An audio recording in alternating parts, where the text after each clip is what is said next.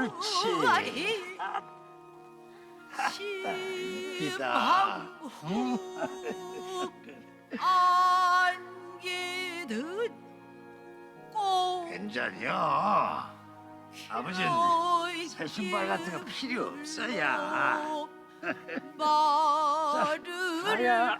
아이고, 한다. 그래. 모르게 가자. 저기로 가 소중한 옳지. 정년이 9회 10회 줄거리 재밌더라입니다.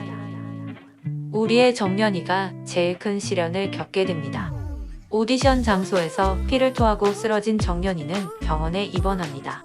기력을 되찾았지만 더 이상 소리를 할 수 없는 목이 되어버렸습니다. 의사도 한의사도 모두 포기하고 받아들이라고 하지만 정년이는 어떻게 해서든 목소리를 되찾으려고 노력하다가 아편까지 해보려고 했습니다.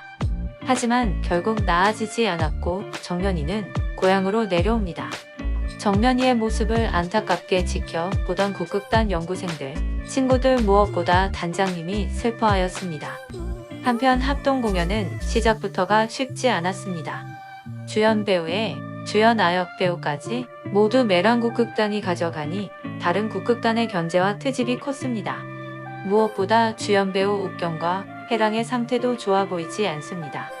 정년이가 고향에 내려가자 초록이 단장에게 이야기합니다. 해랑의 덫에 걸려 정년이의 목이 망가진 사실을 말입니다. 결국 단장은 해랑을 합동 공연을 끝으로 내보내기로 합니다. 옥경도 변화없는 국극단에 더 이상 매력을 느끼지 못하고 다른 생각을 가지고 있었습니다. 무엇보다 영서의 엄마는 국립국극단을 만들어 거기에 영서를 데려가려고 하고 있었습니다.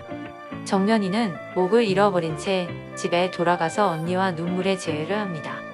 엄마는 돌아온 정년이를 따뜻하게 받아주고 약을 지어 먹이며 건강을 회복시키려고 합니다.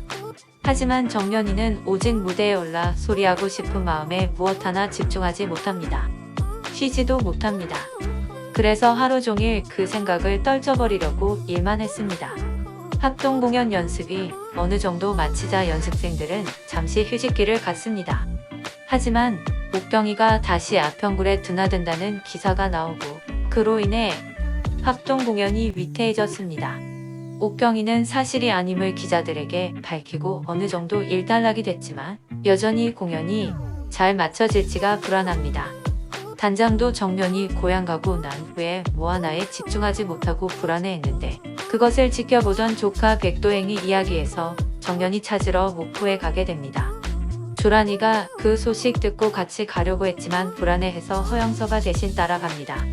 목포에 도착한 강소복 단장은 도착하자마자 정년이 엄마 최공선에게 물따기를 맞고 봉변을 당합니다.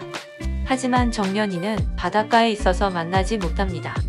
허영서가 바닷가에 가서 정년이를 만났는데 허영서의 설득에도 움직이지 않던 정년이가 허영서가 바닷가에 던진 잡겠다 바다에 뛰어듭니다. 쥐고 가라앉던 정년이를 허영서가 구합니다. 하지만 물에서 나온 둘은 엎치락 뒤치락 서로 싸우다가 결국 정년이는 마음을 엽니다.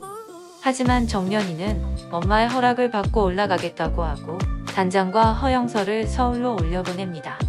엄마 최공서는 여전히 무대에 갈망을 가지고 매일 밤 연습하는 정년이를 눈물로 지켜보다가 드디어는 떡목이 되었어도 소리를 하는 방법을 알려줍니다.